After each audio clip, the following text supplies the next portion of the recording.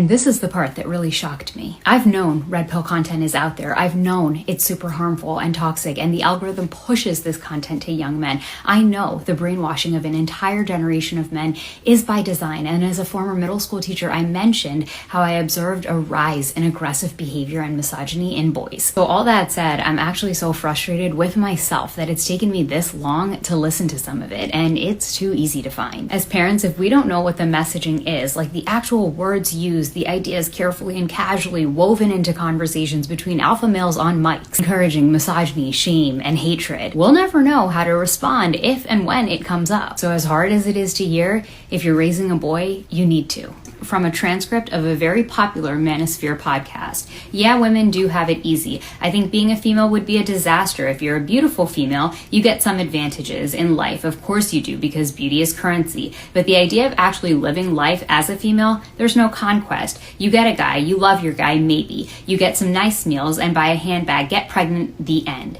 No conquest, no domination. So being a female would suck.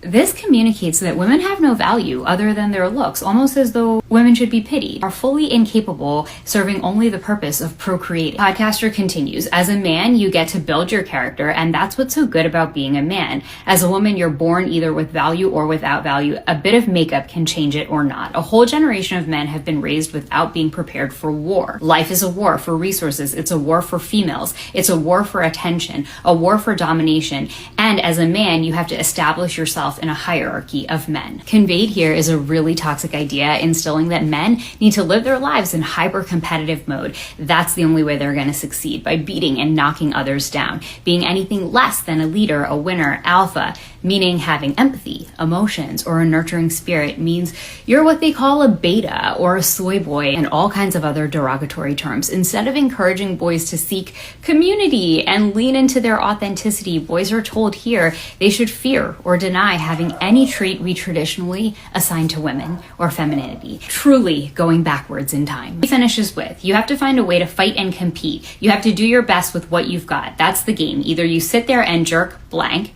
or cry. The scary thing is I just picked out the problematic parts. They're embedded in with such casualness and normalcy in conversation. Indoctrination at its best. I know that's really hard to hear and it's really hard to face. I'm right there with you. But we have to get a precise understanding of what our kids are going to be exposed to on social media and from peers. This type of rhetoric targets vulnerable boys who are feeling lonely and isolated and unwanted. That's why I say it's being done by design. I want to keep shedding as much information as I can on this topic. We can't protect our boys from something that we don't know the full depth and extent of. In ways we need to adapt to and fully grasp the digital landscape, because we're not